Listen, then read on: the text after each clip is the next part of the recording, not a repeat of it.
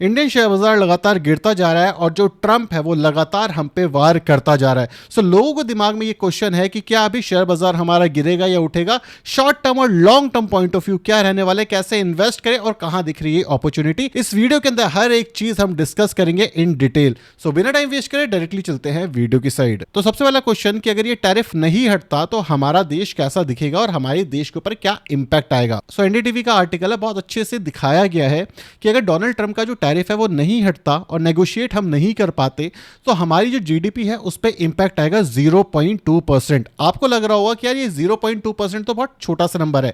नहीं, अगर हम बात करें इंडिया की ट्रेड वैल्यू की तो one of the biggest surplus हमारे पास यूएस है। मतलब हम ज्यादा एक्सपोर्ट करते हैं यूएस को और कम इंपोर्ट करते हैं, और यही चीज ट्रंप को कहीं ना कहीं खटक रही है, जिस वजह से वो हमारी इकोनॉमी को एक डेड इकोनॉमी कह रहा है। लेकिन अगर ये ट्रेड डील नहीं हो पाती तो हमारी इकोनॉमी पे डेफिनेटली झटका लगेगा। क्या ये शॉर्ट टर्म में दिखेगा? नहीं, ये लॉन्ग टर्म के अंदर स्लोली स्टेडली आपको दिख सकता है। और इसी वजह से अगर आप देखोगे जो मोदी जी की रीसेंट स्पीच थी उसके अंदर बोला था कि जो इंडियन लोग हैं वो हमारे देश की चीजें को कंज्यूम करें ताकि ये जो सरप्लस बचेगा जो हम यूएस को एक्सपोर्ट नहीं कर पाएंगे वो इंडिया के अंदर ही कंज्यूम हो जाए। आपको एक चीज पता होनी चाहिए कि हमारे लिए एक्सपोर्ट इंपॉर्टेंट है, लेकिन इंडिया एक कंजम्पशन बेस्ड इकोनॉमी बनने वाली है, और जब हमारे पास इतनी सारी जनता है तो हम इंडिया के अंदर ही बहुत सारी चीजें कंज्यूम कर सकते हैं जिससे हमारी जीडीपी लगातार चलती रहे। इसके लिए डेफिनेटली गवर्नमेंट काफी सारे स्टेप उठा सकती है, जैसे और भी ज्यादा रेट कट करना या लोकल मैन्युफैक्चरिंग को बूस्ट करना।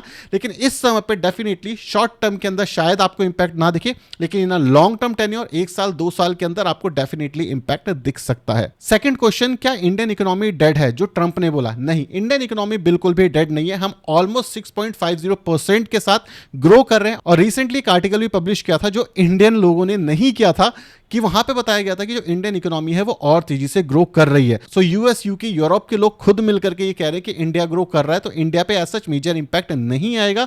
हमारी इकोनॉमी डेड नहीं है। डेफिनेटली हमें यहाँ पे डाइवर्सिफिकेशन की जरूरत है। जैसे हम अपने पोर्टफोलियो में डाइवर्सिफाई करते हैं वैसे ही इंडिया को भी डाइवर्सिफिकेशन की जरूरत है। जो हम एक्सपोर्ट करते हैं अब हमें यूरोप पे भी करना पड़ेगा, यूके के साथ भी हम ट्रेड डील साइन कर चुके हैं, और इसी तरीके से अलग अलग जगह हमें अपनी डिस्ट्रीब्यूशन को बांटना पड़ेगा। जैसे अगर आप देखोगे रिसेंटली जो टैरिफ अनाउंस किया गया वहां पे हर एक देश के आगे एक नंबर लिखा हुआ था, लेकिन जो चाइना था वो मिसिंग था। ऐसा क्यों? ऐसा सिर्फ इस वजह से था क्योंकि अगर यूएस चाइना के ऊपर टैरिफ लगाएगा तो मेजर इंपैक्ट चाइना पे नहीं होगा, मेजर इंपैक्ट होगा यूएस के ऊपर, क्योंकि जो चाइना है उसकी जीडीपी पूरी तरीके से डिस्ट्रीब्यूटेड है। वो जितना एक्सपोर्ट यूएस को करते हैं उतना एक्सपोर्ट इंडिया को और उतना ही एक्सपोर्ट यूरोप पे भी करते हैं। तो जितना इंपैक्ट इंडिया को होगा उतना इंपैक्ट चाइना को नहीं होगा। इसीलिए आप देखोगे वो आंखों में आंख मिला करके कहते हैं आपको जिस तरीके की वॉर करनी है आप कर सकते हो, हमें कोई फर्क नहीं पड़ता है। सो नेट अगर हम कवर करें इसको, ट्रंप वाले इशू को, तो आपको शॉर्ट टर्म में डेफिनेटली थोड़ी वोलेटिलिटी देखने को मिलेगी, लेकिन इन लॉन्ग टर्म आपको एज सच कोई मेजर इंपैक्ट होता हुआ नहीं दिख सकता, क्योंकि मुझे लगता है मोस्ट प्रॉब्ली ये ट्रेड डील आपकी होते हुए दिख जाएगी। ये छोटी मोटी दिक्कतें हैं, ये मूड है, ये सेंटीमेंट है, ये चेंज होता रहेगा टाइम के साथ। थर्ड क्वेश्चन जो ज्यादातर लोगों के दिमाग में है कि क्या एफआईआई इंडिया को बेच के चले जाएंगे अगर टैरिफ लगा रहा तो देखो इंडिया को ऑलरेडी एफआईआई ने काफी ज्यादा बेच दिया है। दूसरी चीज, जिस हिसाब से इंडिया ग्रो कर रहा है उस हिसाब से ग्लोबली कोई दूसरी इकोनॉमी ग्रो नहीं कर रही, और इतने सस्टेन वे में ग्रो नहीं कर रही, ये कहना ज्यादा सही होगा। जो इंडिया है उसकी जो पॉलिसी है वो फ्रेंडली पॉलिसी है, मतलब इंडिया के ऊपर लोग ट्रस्ट करते हैं। डेफिनेटली ट्रंप की वजह से इंडिया के रिलेशन यूएस के साथ खराब हुए हैं, लेकिन आपको पता होना चाहिए कि इंडिया और यूएस के काफी सारे प्रोजेक्ट्स चल रहे हैं, तो ट्रंप की वजह से थोड़े रिलेशन डेफिनेटली खराब होंगे, लेकिन in long run next president आएगा उसके साथ सही हो जाएंगे। सो लॉन्ग रन के अंदर मुझे नहीं लगता ऐसा कोई मेजर इंपैक्ट आएगा। अब बात करते हैं कि क्या बाजार के अंदर करेक्शन आएगा। डेफिनेटली देखो सेंटीमेंट थोड़े से खराब है तो बाजार में थोड़ा बहुत करेक्शन बनता है।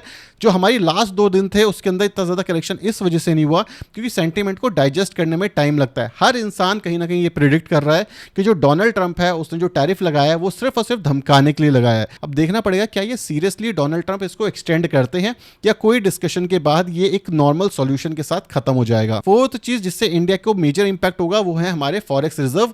क्या इसमें कोई इंपैक्ट आएगा? नहीं। इवन कल तक एक न्यूज आ रही थी जहां पे इंडिया कह रहा था कि हम रशिया से ऑयल नहीं खरीदेंगे, लेकिन अब ये चीज क्लियर हो चुकी है कि जो इंडिया और रशिया के बीच में ट्रेड डील थी वो अभी तक चलती रहेगी और इंडिया जो है वो लगातार रशिया से खरीदता रहेगा ऑयल। 45% हमारा जो ऑयल आता है इंडिया का वो रशिया के साथ आता है और रशिया हमें सस्ते प्राइस में तेल देता है, जिससे हमारी इकोनॉमी बूस्ट होती है।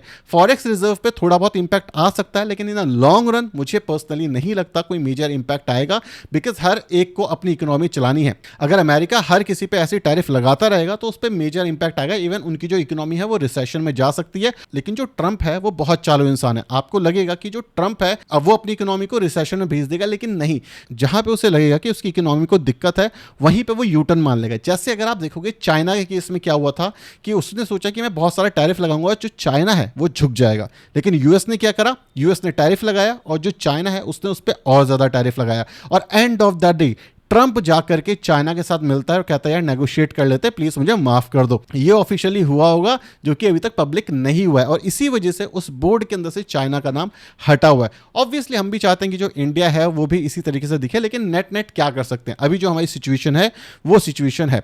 अब बात करते हैं कि एज अ इन्वेस्टर हमें क्या करना चाहिए और क्या मार्केट हमें समझा रही है। एज अ इन्वेस्टर हमें कॉशियस रहना चाहिए, कैश होल्ड करना चाहिए और बाजार में जो अपॉर्चुनिटी बनेगी उसके अंदर इन्वेस्ट करना चाहिए। जैसे आपको पता होगा रिसेंटली टीसीएस ने काफी सारे अपने एम्प्लॉयज को निकाल दिया। इसका मतलब आईटी सेक्टर के ऊपर थोड़ा सा प्रेशर है, लेकिन कुछ ऐसी आईटी कंपनियां भी हैं जो अपने आप को पिवट ले रही हैं और काफी तेजी से ग्रो कर रही है, जैसे परसिस्टेंट सिस्टम और कोफोर्ज। वापिस से ये सारी कंपनीज जो है अच्छे खासे सपोर्ट के आसपास आ रही है, तो यहाँ पे बाय करना एक अच्छा ऑप्शन हो सकता है। सेकेंड चीज, हाउसिंग फाइनेंस कंपनी, इनका लॉन्ग टर्म विजन बहुत बहुत ज्यादा अच्छा दिख रहा है, क्योंकि टीयर 2 टीयर 3 सिटीज के अंदर जो लोन बुक्स हैं वो ग्रो करने ही वाली हैं। तो यहां पर भी करेक्शन आया है, यहां पर भी आपको देखना चाहिए डेफिनेटली। अब बात करते हैं कुछ इंडाइसेस की, जहां पे आप म्यूचुअल फंड भी ले सकते हो या चाहो तो ईटीएफ भी ले सकते हो। सबसे पहले आपको ये देखना पड़ेगा कि मैंने खोला हुआ है निफ्टी 50। यहां पे एक चैनल मैंने ड्रॉ करा हुआ है जो कि है 2022 के बाद से। आप देख सकते हो इसी चैनल के अंदर जो हमारा इंडेक्स है वो ज्यादातर ट्रेड करता है, जो कि रहा है हमारा यहां पे। आप देखो 1 सपोर्ट, 2 सपोर्ट, 3 सपोर्ट और 4 सपोर्ट, एंड देन अगेन 5वां सपोर्ट। जो हमारी करंट मार्केट है उसने भी इसी चैनल के अंदर सपोर्ट लिया है। अगर ये यहां से थोड़ा सा नीचे चली जाए तो इसका मतलब ये है कि डाउन टर्न में जाएगी, लेकिन मोस्ट प्रॉब्ली हो सकता है कि थोड़ा सा नीचे जाके वापस से इसी चैनल के अंदर घूमना शुरू कर दे। इसको हम कहते हैं up trend in long term scenario. So इसको आप जरूर ट्रैक कर सकते हो। इसके अकॉर्डिंग मेरे ख्याल से यहां पे बाय करने का एक अच्छा सेंस बन रहा है अगर हम निफ्टी 50 की बात करें। दूसरे दो इंडाइसेस हैं। सबसे पहला इंडाइस है हमारा निफ्टी एफएमसीजी। इसको भी आपको देखना चाहिए क्योंकि ये इंडेक्स भी काफी अच्छे खासे डिस्काउंट पे मिल रहा है आपको। इस समय पे जो इंडाइसिस था ये 54,563 रुपीस के आसपास होल्ड कर रहा था खुद को, लेकिन अगेन एक अप मूव दिखा है। सो अगर एक लॉन्ग टर्म विजन है और ऐसी मार्केट कंडीशन में जहां पे चीजें अनसर्टन है, ये इंडेक्स काफी ज्यादा अच्छा बन जाता है निफ्टी एफएमसीजी। दूसरा है हमारा निफ्टी का कंज्यूमर इंडेक्स। अगर आप निफ्टी कंज्यूमर को चेक करोगे, निफ्टी कंज्यूमर ड्यूरेबल, इसको खोल लेते हैं तो यहां पे अभी आप देख सकते हो, पहले हमने काफी बार डिस्कस करा हुआ तो वो दिख रहा है आपको। यहां पर भी आप देख सकते हो एक अप ट्रेंड का साइकिल आपको चलता हुआ दिख रहा है। सो ये इंडेक्स भी आपकी नजरों में हो सकता है। निफ्टी बैंक्स भी आपके नजरों में हो सकती हैं, और ऐसे ही काफी सारे इंडाइसेस और स्टॉक्स हैं अच्छे हैं, जैसे सीडीएसएल हो गया, एचडीएफसी एएमसी हो गया। ये सारे स्टॉक्स काफी अच्छे हैं जो कि अभी आपको डिस्काउंटेड प्राइस पे दिखेंगे। चोलामंडलम हो गया, ये भी आपको अच्छे डिस्काउंटेड प्राइस पे दिख रहा है। सो आपको इस समय पे इन्वेस्ट करना चाहिए। इस समय पे डर के भागोगे सो मेरे भाई ना कुछ हो पाएगा ना आप कुछ कर पाओगे। ये टाइम है लॉन्ग टर्म इन्वेस्टर बनने का, अच्छी अपॉर्चुनिटी को सस्ते प्राइस पे खरीदने का, क्योंकि जब बाजार गिरता है ना तब एक लॉन्ग टर्म इन्वेस्टर खुश होता है, क्योंकि तब उसको पैसा डालने का मौका मिलता है। अब दो तरीके के स्टॉक यहां पे आपको मिलेंगे। पहले हैं ग्रोथ स्टॉक, दूसरे हैं वैल्यू स्टॉक। जो ग्रोथ स्टॉक हैं वो आ जाते हैं जैसे बैंक्स हो गया, सोलर इंडस्ट्री हो गया, फार्मास्यूटिकल हो गया, ये एक ग्रोथ सेगमेंट है। वैल्यू इन्वेस्टिंग आती है जहां पे अच्छा स्टॉक आपको सस्ते प्राइस पे मिल रहा है, जैसे लार्ज कैप में बजाज फाइनेंस हो सकता है, चोलामंडलम हो सकता है, या एचडीएफसी बैंक हो सकता है, कोटक महिंद्रा बैंक हो सकता है, नेस्ले हो सकता है। ये सारे हैं वैल्यू इन्वेस्टिंग के लिए। सो यहां पर भी आप कर सकते हो एक अच्छी स्विंग के लिए। सो नेट मेरे हिसाब से जो बाजार है वो काफी अच्छी शेप के अंदर दिख रहा है। थोड़ी बहुत गिरावट डेफिनेटली होगी, अनसर्टेनिटी रहेगी, बहुत सारी न्यूज आएगी, लेकिन as a long term investor आपको हर डिप पे थोड़ा थोड़ा खरीदना है।